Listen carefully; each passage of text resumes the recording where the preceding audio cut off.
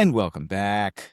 And welcome back. We were saying I got a good tan going, and man, I'm very jealous of people who look good pale, because I it doesn't. I wish I was the Edward Cullen, but like real beauty. That's I think there's a lot of like celebrities now who stay pale just to show they're still good looking pale. It's a If flex. you're good looking pale, you've got something. Yeah, You got something special going on.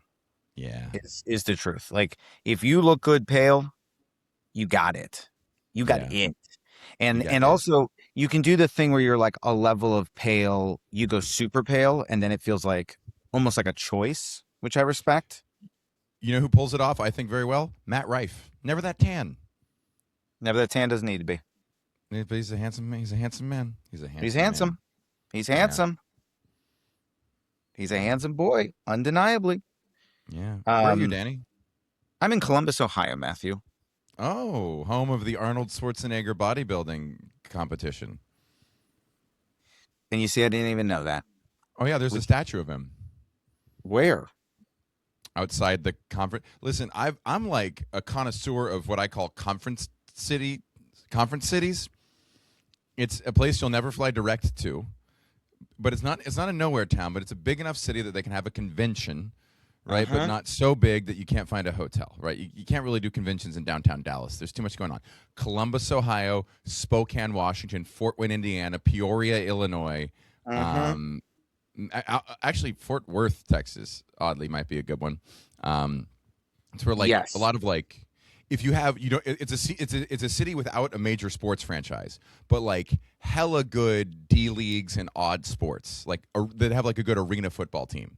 Yes. And enough of an infrastructure that it's an interesting city, Mm-hmm. but their convention center is big enough that it stands on its own because there's like the upper tier companies, right, that are going to we're going to go to New York City for our big convention. We're going to go to Las Vegas for our big convention. We're going to go to San Diego for our big convention. But then you've got these other companies who are like, we're just 100-person company. We're just trying to Mm-hmm. put together something. Mm-hmm. And that's where you start getting into we're going to Columbus, Ohio this year. Yeah. We're holding our big conference, and there's enough to do there that's going to be great. They have a Yep. built-in convention center that's going to be dope, and also no big deal. And not just companies, by the way, like a taekwondo competition, Uh-huh. or the reason I know about this is because a lot of NACAs, the National Association of Campus Activities, I would apply and get in a couple of those conferences where you go and you perform to student bookers. It wasn't just comedy; it was like juggling and hypnotists and like rape lectures, which was a very weird thing to kind of follow. That's hard to Like follow. a lecture on rape culture, and they're like, "Enjoy that for only $3,000. I'll come and do it at your school." Which is, hey, you know, whatever you're selling. I mean, I'm watching you trying to process what you can and can't respond yeah. to that I with. was I'm like, like, I well, don't think I didn't give you much of a lane to make that well, funny.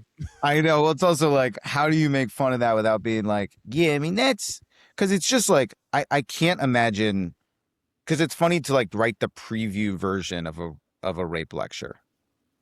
Yeah, workshopping it. Yeah, because it's a 2-hour probably presentation, but they only have 10 minutes at a NACA, 15. So you got to really Well, boil it it's down not, to like, what are to the correct that. essential points? It's not a showcase thing. So I would do the comedians do the showcase where you're doing like 10 or 15 minutes, and everyone else is. I think they get their own little, like maybe 30-minute window. Like they Okay, get good. their own little conference room. It's not like Good. it's not Because like I a was main like, stage act. well, because it'd be really hard to write a quick version of the rape lecture, and nor do I think, and by the way, as somebody who is, and you can quote me on this, not a fan of rape. You've said it before. I'll say it before and I'll say it And again. Don't think it's a good thing to do. Don't think people should do it. no, Would very prefer if everybody would not do that. cut it out, guys. Cut it out. And if you do do it, it's one of those where I say, hey, you're going to jail for a while. No questions asked. Yep. No Yep. questions asked. And that said, I think their lectures, you don't want to cut short. Sure. Yeah. You kind of want to have that. You kind of want the full version out there. I don't think you want to halfway, like, you don't want to do the halfway. And now if there isn't consent on both sides, I'm almost out of time. But if there isn't consent on both sides. I'm lighting you. Wrap it Yeah. up. No, Wrap it up. no, this is a longer story, but the point is you should get consent. Okay, I gotta go. Yeah, no, I just say, but don't you have to get consent from both? All right. A juggler on the side being like, oh, God, I warmed up and I'm losing it. I'm really they're losing my warm up here. running the light. The contortionist is just stretching like, hope I Where are fit they- through this tennis racket. Man, that's fun. And dark. Columbus is I've always said Columbus is like the most generic city in America, and I say that not as an insult, but like if you wanted to write a sitcom and put it in a city where the city doesn't affect the storylines too much, no better city than Columbus, Ohio. I've always said everything in Northern Virginia because I feel it is a similar type of place where I'm like a little bit of You got everything. DC. I disagree. You got DC, and that you feel a lot of military contractors, a lot of We have something. We have some, but that's the thing. Columbus is a college town technically. We'll call it a college town if we're going to get technical about it. But that's also generic. There's a lot of college towns. there's a lot of military. But there's only one Pentagon. There's only one. What's it called? That's in DC. What's the other one? What's the city? That's the name of a Langley. No. Oh, not Gattaca. What am I thinking of? It's the name of a TV show. Oh. I think I know what you're talking about. There it is. Quantico. Yeah. Mm-hmm. Yeah. Now listen. All I'm saying is that's where I usually said it. Columbus is a great city. Like it a lot. Very interesting place, and also the people are lovely. Having a lovely time. Mm-hmm. Having a lovely time so far. I've always liked it. I come here every year. It's a city. Every year. Every year I come very cute downtown. I think it's an underrated city. I totally agree. Put money on Columbus. I would absolutely. It's a college town, though, so that's the only thing. It's a college town. I like a college town. I love college town. Politics, which I like. I hear you, buddy. Yes, you it's a real spread here. It seems like a real spread in this town, which is always fun. I like a city where it's like, oh, you guys are at war with each other. Oh, yes. You know, like you go to an LA, you go to a Texas, you know, there's a real, we believe this and we're at war against the other part of the country. But when you go here, you're like, oh, you guys are at war with each other. Yeah, but Texas, I would say the cities in Texas are very blue. I've said this before. Cities are very blue. We did the No Kings. My wife and I were in Austin during the last No Kings protest, and we just ended up like marching with them, and like cops were cheering for us. Austin's the most of that in Texas. Yes, but Houston is far behind. Ironically, given its new reputation, Austin is the most that. That new reputation does not stretch past 6th Street. Like it's a very localized contagion. Yes. Houston, I rep Houston very hard. It's got some bad things. It's culturally a great city because it's still affordable, it's diverse, it's highly educated. First openly gay mayor of any major city. People don't know about Houston. She went to my college, was in my dormitory. Wow. Anise, yeah. That's awesome. Yeah, people don't think that. People shit on the South. I'm like, there's much worse places. I love it. I've been having this is a bit of a rant, but I had like this I got very emotional the other day because I was watching this. I watched this video. It was and I've been watching a lot of these videos. I've been watching a lot of videos of people from other countries visiting America for the World Cup and just loving it. Just loving it. Just having the time of their lives. And a lot of them, you know, kind of being like, we were told this was a terrible place and we're just having the best time, and they're eating our food and they're like, this is awesome. What an amazing place this is. And I was watching this video of this Scottish guy, and he's in Boston. They've taken over Boston. Scotland like took over Boston for a week. And they were at like a Fenway Park singing their songs, and they just like, they're having the time of their life. And he's like, he does this interview and he's like, I just love it. I love Boston. Boston's the best. I understand. It's the best city I've ever been to. I love Boston. And I like got emotional. And I was like, why am I emotional about this? And I thought about it and I was like, I think that we're so down on ourselves in America right now, and for good reason. I think we're a little Mhm. frustrated with shit. And so I think sometimes like that's all I think about with this country right now is I'm like, God, Mhm. we don't health insurance, we don't have anything. Our politicians are corrupt. We're nothing works. We're all just yelling at each other. There's no sense of there's nothing. And Yeah. seeing these like people go to Boston and be like, Boston's amazing. Seeing Japanese people in Texas having the time of their life and being like, and them all be like, they're so nice. Everybody's so welcoming in America. Everybody's so kind. And I'm like, man, I felt like it isn't that I'm any less frustrated, but it's important to remember why we care Mhm. and why it's worth fighting for. And I was like, oh yeah, this is a special place. That's why it's so frustrating. Everything's going so poorly right now is because this is a special place we live. And I just found myself emotional being like, yeah, you forget why I care so much. And it's because I do love America at I its love it. core. I love it. And I I don't love want being us, an American. It's great, yeah. man. And I I want used us to have health insurance. that too. That's And what I less want. and I less want us, gun deaths yeah, and more because, safety nets and yeah, and less people incarcerated. yeah, We don't have to, forfeit our identity to fix a couple little things. I was in Europe for a while, and I can be a bit of a Europhile, um, because I'm indoctrinated into my little bubble. But we were in Ireland and France, and I was like the first trip I've had to Europe. I'm like, hey guys, a little infrastructure, maybe a chain hotel wouldn't be so bad out here, huh? Your airports don't really run on time. The roads aren't as well kept.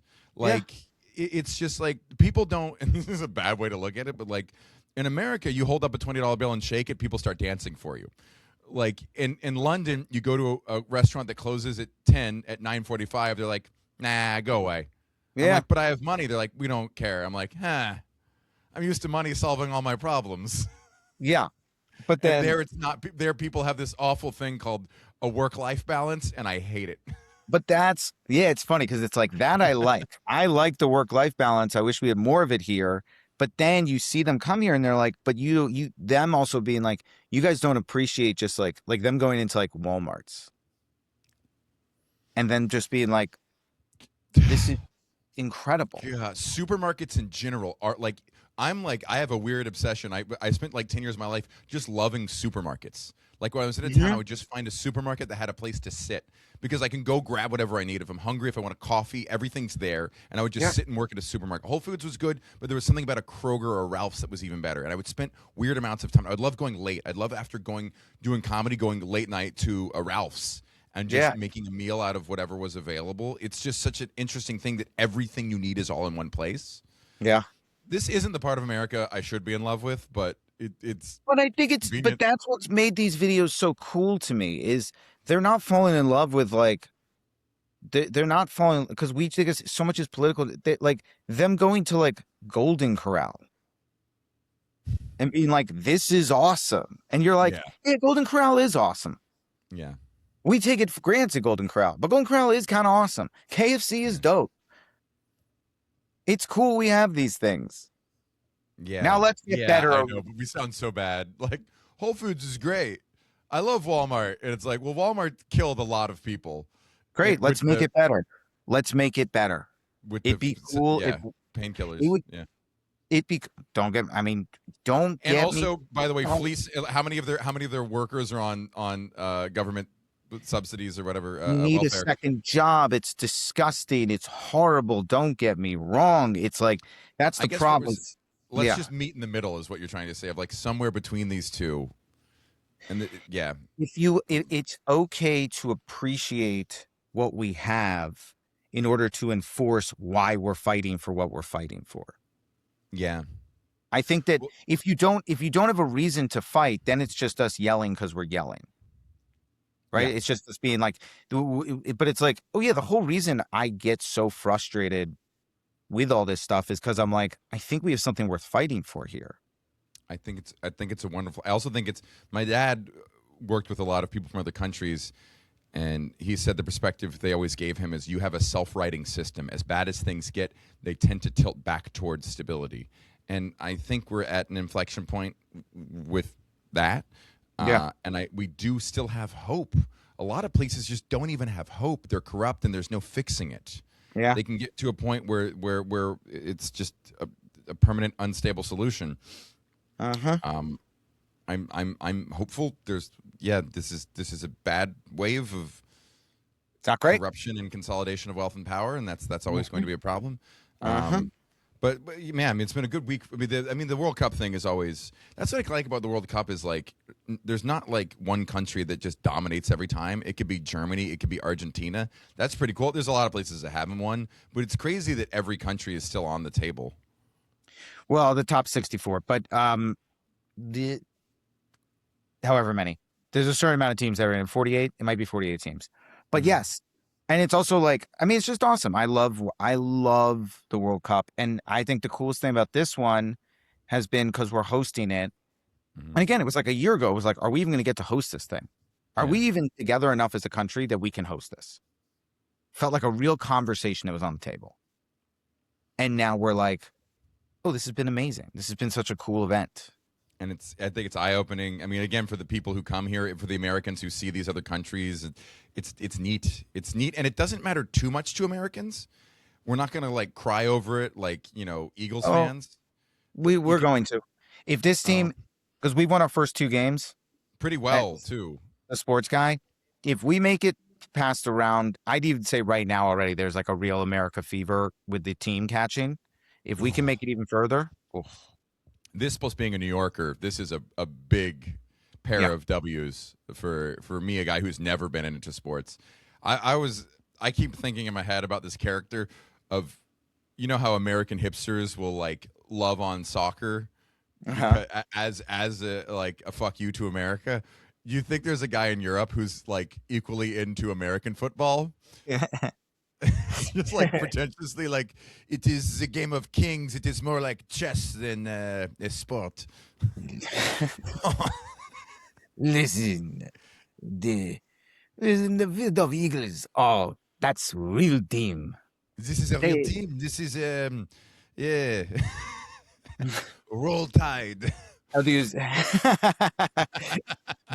how you say roll tide? Roll Tide.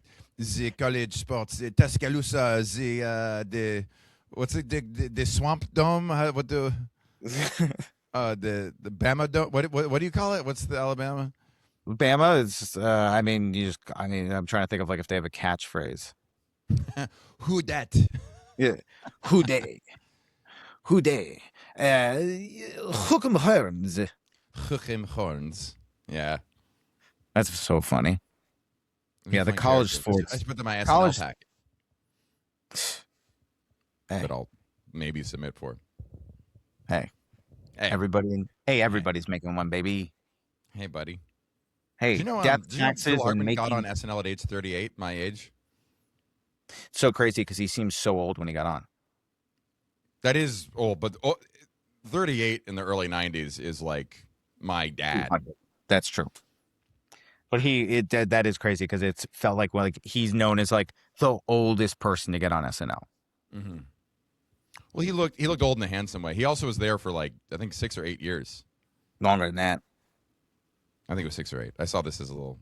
Look it up. Really? You know what? I'm parroting things I saw on Threads, and that's not good. So let's verify that.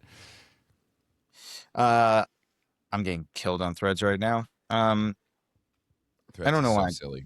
I don't know why I post things. I don't know why I post things.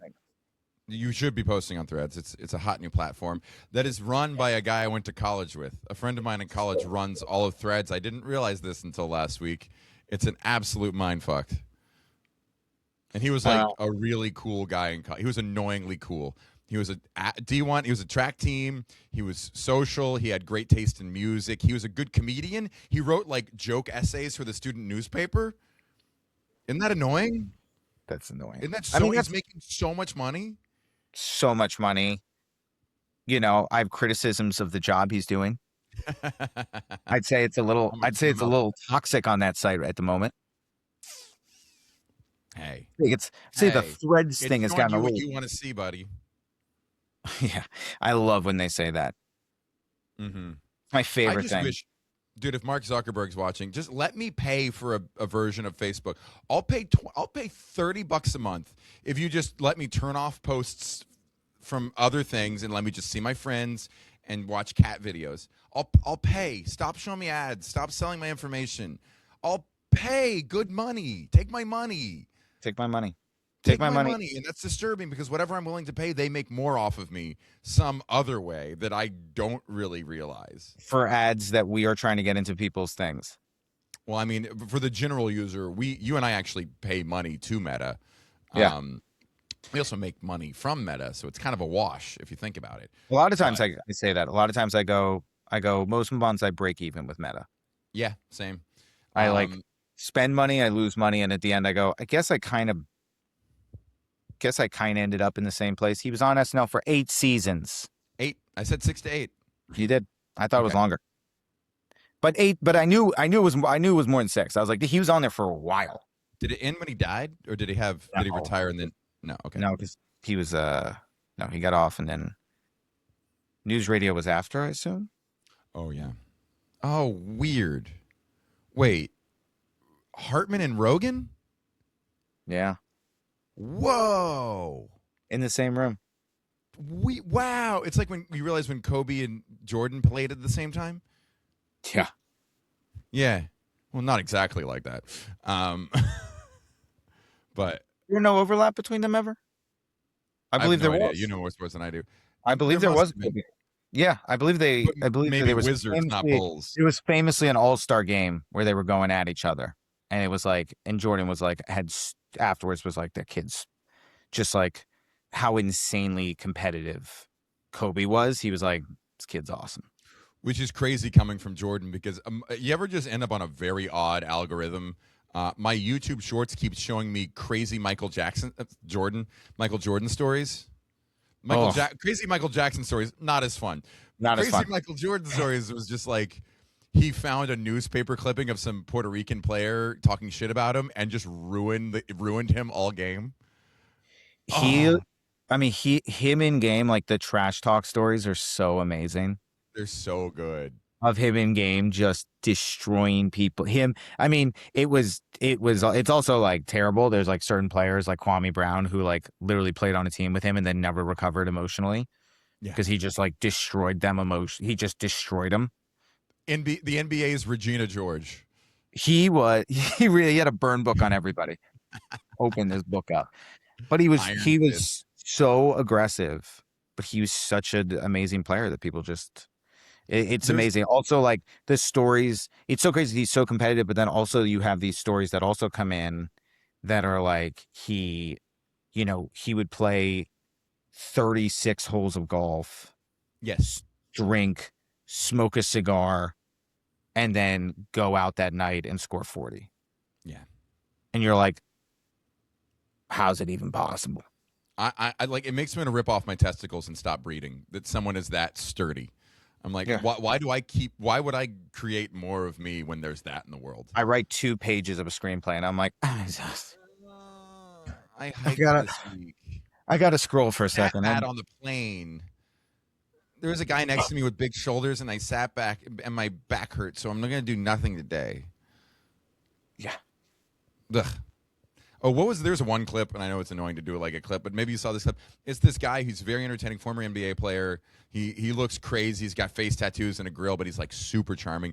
He was telling the story about like after 3 quarters with Kobe, he was like scoring on him and doing some like pretty impressive stuff against Kobe. And he was like, and in my mind, I was already like planning what I was gonna tell my brother.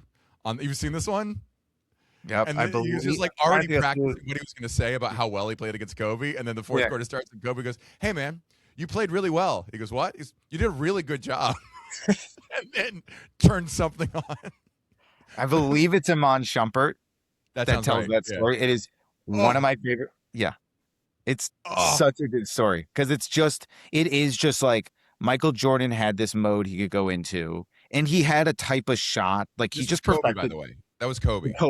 This was, Kobe had this type of shot that you just couldn't block. You realistically couldn't block his fadeaway. So you just unless you had help. So it was just this thing where it's like, if he decided he got hot with that shot, you're dead. It's same with like Steph Curry. Like there's these level of players where it's like, Um, you just are like, yeah, you can't block them one on one. You just can't guard it. It's Well, so cool. Basketball's it, awesome. forgive again. I'm not. I know nothing about sports, but it feels like we've slowly eased into this period of real wholesome athletes. Like I remember Iverson was one of the big dogs when I was in college, and Kobe, who, rest in peace. There was again some toxicity to his legacy, but Hmm. LeBron seems to be just a good guy. There aren't those Bronx the best. stories about him, The and best. then like Jalen and his buddy seem like good guys. Fucking, I mean, he threw a couple nasty fouls during the finals, but like, dude, Wemby seems. I want to hang with him so bad. He's a nerd. He's like well So spoken and smart. seems to be just So yeah. smart. I think that Well spoken in a basketball, second language. What the fuck? I think sports has become so competitive. Mm-hmm. And I've said this for a while, where sports, that to get to the top level in sports, you can be incredibly talented, Mm-hmm. but there also comes a level of understanding of the game that is so nerdy that I think it's almost it's just really like amazing just how smart these guys have to be. So You it's know, like the beast and the brains all in one. You need to be the full package. you need, if you're just somebody who plays sports, if you're just somebody who plays basketball, you're really, really good and athletic, Mm-hmm. and then you go home and you chill and you're not like studying game tape and stuff. It's just like when you get to the NBA, there are guys who just are going to work. It's the same thing with comedy. It's like, although Well, comedy's canceled. SNL, all the stories of like the coked out fuck fests, the late Uh-huh. nights in the writers' room of like have really dried up because if it doesn't matter how freakishly talented you are, if you're hard to work with, there is just like shark's teeth, someone to replace you the second you step out of line. There's I so much mean, talent. there's The so much world talent. is so much more competitive at everything. Everything's so competitive right now. Mm-hmm. Everything. I think you want to be, I mean, you want to go into business right now. I'm like, I didn't realize how hard it is to find a job. I was like, I've always thought I could quit and like find something. I'm like, oh, I might be unemployed the rest of my life if I left comedy. I Same. might, I have yeah, this I don't thought all the know. time. I'm like, what do I do? What do I do if I leave? Because every now and then I've been a little down recently. We know this. I'm sorry to hear that. Um, and we've been a little down, Summer and blues. I've had a couple late nights where I've been like, hey, what if we just left this game? Mm-hmm. Not serious talks, but just a little like looking in the mirror, like, is this worth the hell? And and then I got, but part of it is me being like, what do I do? I got friends who can't find jobs who are good at their jobs. Yeah, I'm you just going could to do show up. sales. I'm just going to show up at sales. You can get a job in sales. I'm not necessarily going to be good. I'm going to start from the bottom, and it's hard. It's hard to be good at sales now. You got it in your DNA, buddy. You know you're a good. We've talked about this. You're a good Yeah. salesman. I had a delightful conversation again with the talent and the analytic mind. I had a great conversation with my cousin, who's you met him, Ryan. You helped him at the wedding. Uh, He's a very charming person. He's always been. He was a theater kid, but just always the just life of the party. Could go up and make friends with anyone, and he's in sales now. He does very well. And I was asking him about the left brain right brain approach. There are people who are just naturally good salesmen who don't overanalyze the process, just kind of go with their gut. And there's people like me who would have to learn it more analytically, go through the rules, and might not have the natural advantages at it, but could maybe put their head in a book and learn. And who wins? And he said the analytic approach will always win in the long term. Anyone who's able to like break it down and uh-huh. study the patterns in it will have over a long enough timeline an advantage. It's obviously good when you put them both together, but that was nice for me to hear as an overthinking American. That's funny. I mean, it's true. I think that at the end of the day, knowledge is great, and there you would. I mean, it's the same thing as like I just talked with somebody because I talk at a lot of weddings, and I'll continue to talk at a lot of weddings.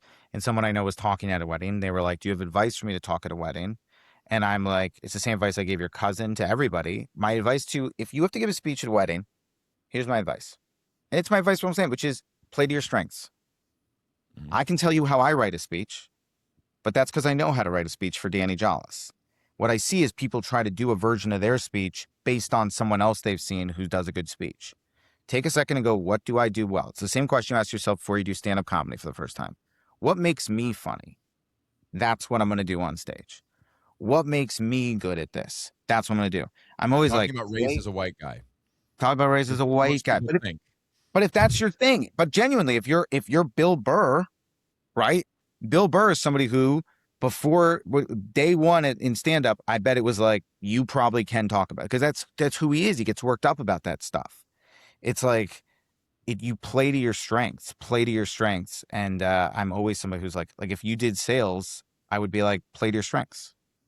You can sit down with somebody and go, hey, I'm going to be pleasant, you have fun, but I'm going to break down exactly why this is the best product for you in a way that is going to make your mind spin. And it might not work with the person that would buy from me, but there's going to be a person that sits down with you who's like, oh, finally somebody just has the numbers.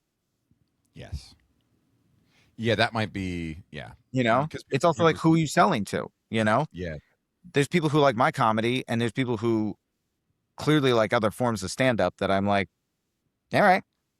Speaking of people who don't like my comedy, has this ever happened to you? I was at a show last night, good show, Brooklyn Improv.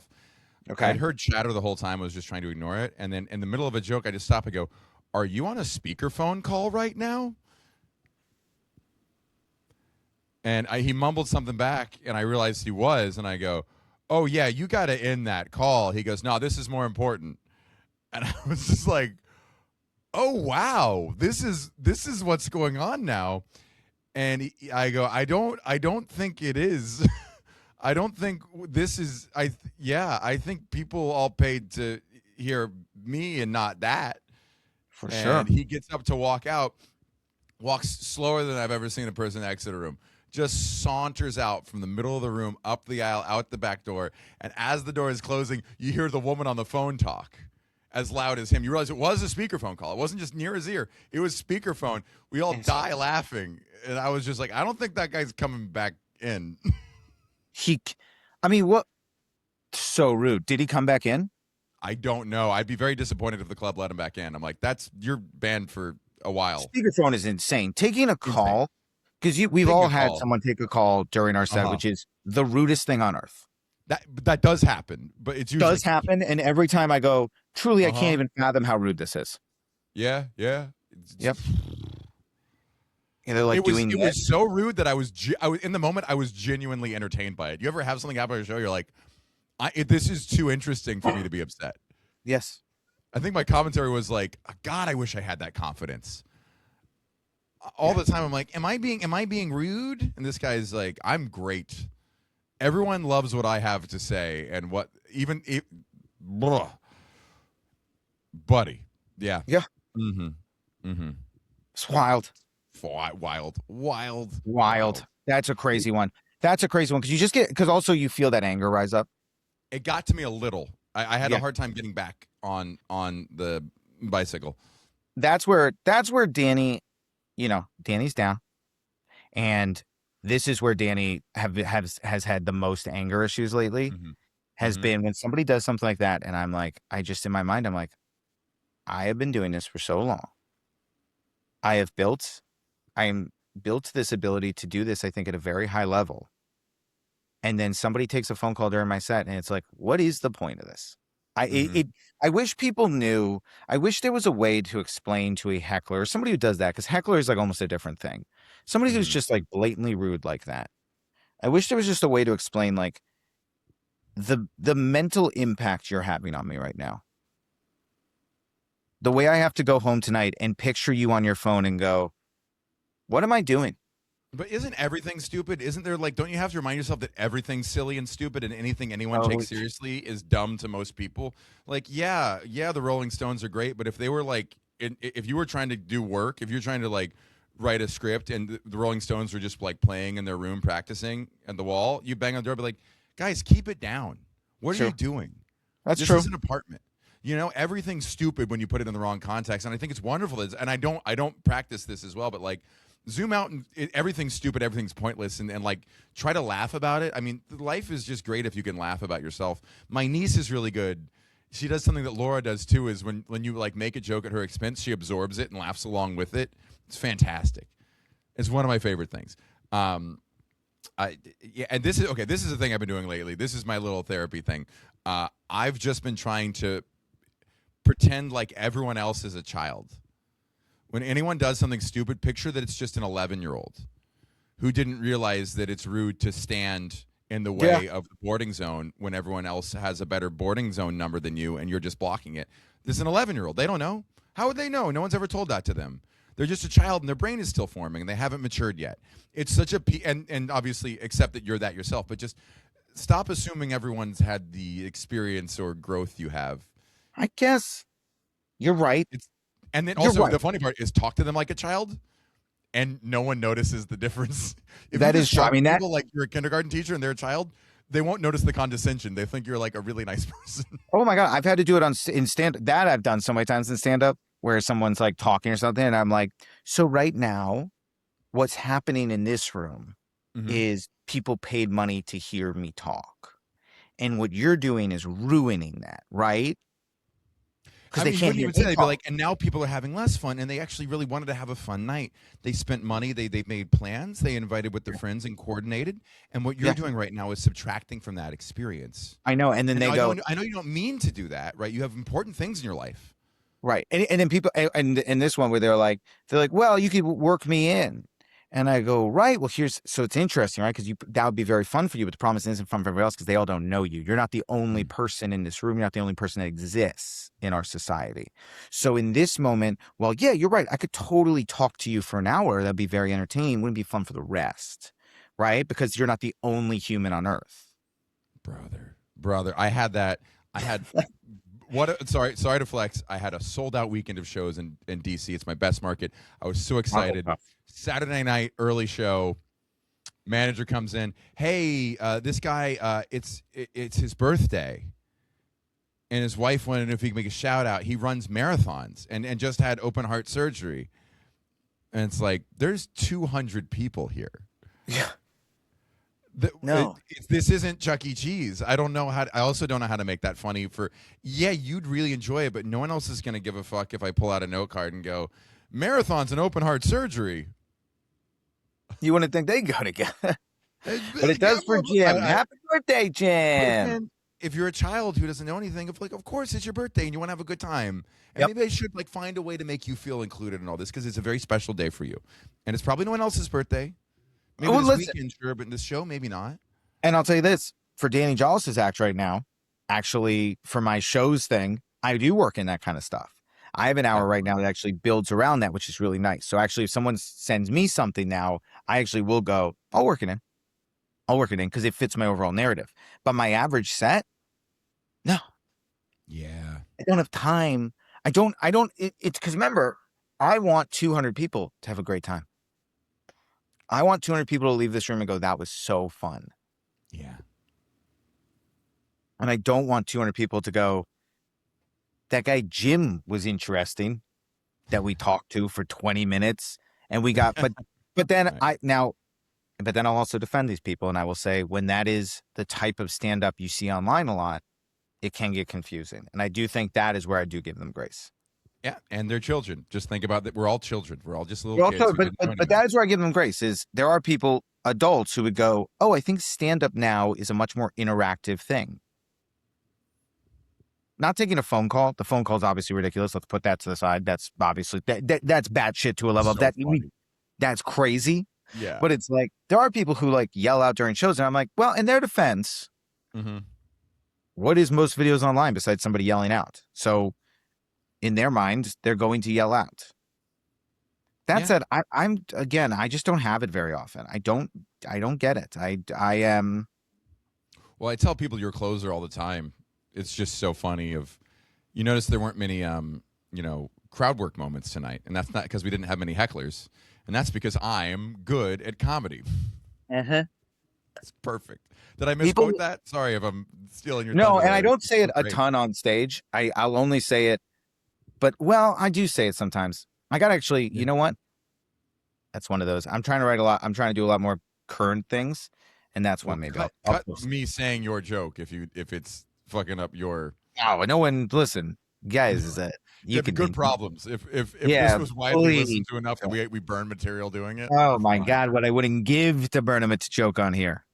You know what? Speaking of childhood, this fucked up my brain recently. I was talking to my wife about. Well, first of all, I had a lot of ADD. I was diagnosed very early with ADD. I was prescribed Adderall at a very young age. I could never sit still. I could never focus. And Laura and I were talking about breakfast and how her mom made her eat like really healthy things. And she asked what I had for breakfast.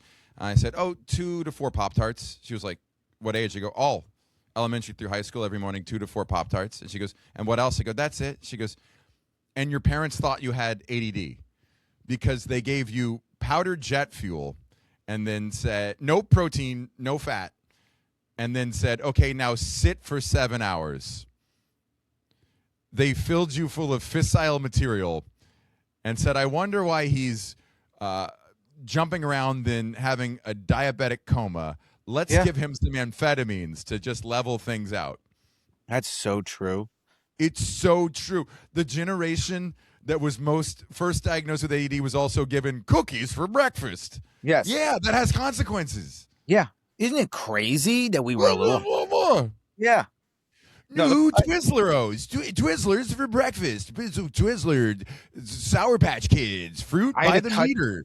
I had to cut it from my joke because I was doing this joke about I'm doing this joke about lawyer commercials right now and how dishonest how honest they are. And I talk about the dishonesty of other commercials. And the one I have is like I talk, they being like, start your morning with a fresh bowl of it's poison. You're eating poison. You're starting your day with poison is what you're doing. But it's been cut because nobody seems to get it. Yeah. Start your morning with disposed batteries. It's crazy. It costs money to recycle them, so we feed them to children instead. Hey, wild. Put a little milk on top of pure sugar. Make sure it really seeps in there. And you just... Oh, it's disgusting. It's crazy. It's crazy because I don't have cereal really ever. And then every now and then I'll be in a place where they have cereal and just the temptation that hits you of like, oh, cereal. A bowl of it. I like the granola. Granola is the greatest ruse ever pulled. It's just as sugary.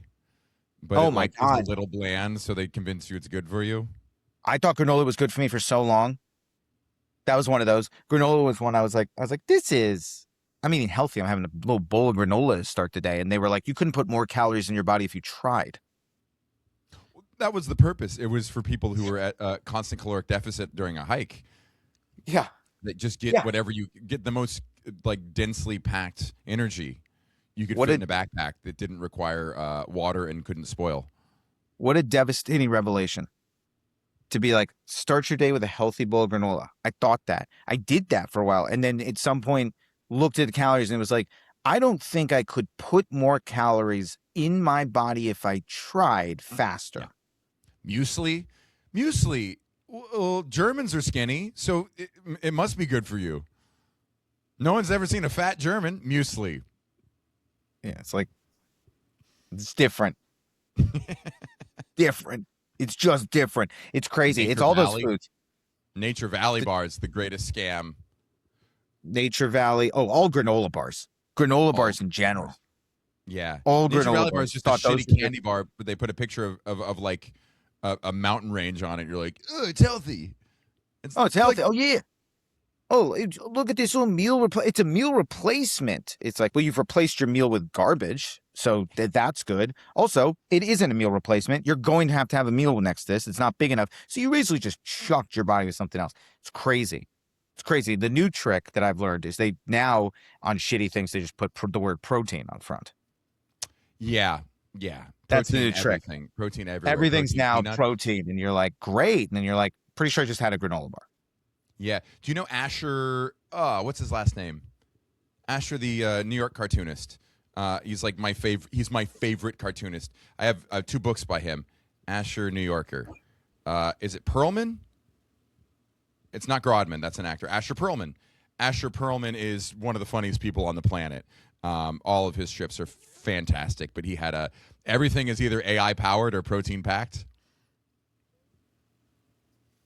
That's funny. That's very funny. I'm so jealous of that tweet. So true. So real. Yeah. Hey, where are you going to be, Danny? Who knows? San Francisco, L.A., San Francisco, L.A., St. Louis, other places. Come see me live.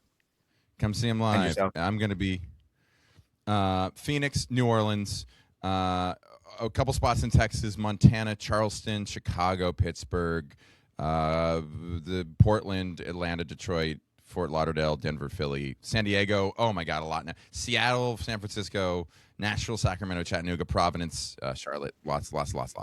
Broussard.live. Good news. I think MatthewBroussardTour.com got taken down.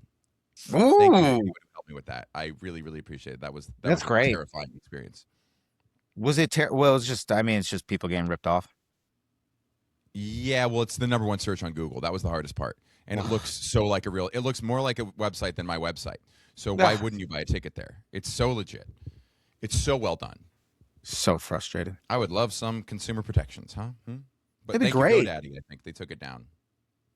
Well, great. It'd be great if we had consumer protection, but we don't, and that's the fun. You know who does? Europe. But they don't got the World have, Cup. but they don't have a lobster roll. No. And that's what we've learned. They don't have poison for breakfast either. Ugh, losers. See ya. Losers. See ya. Brother,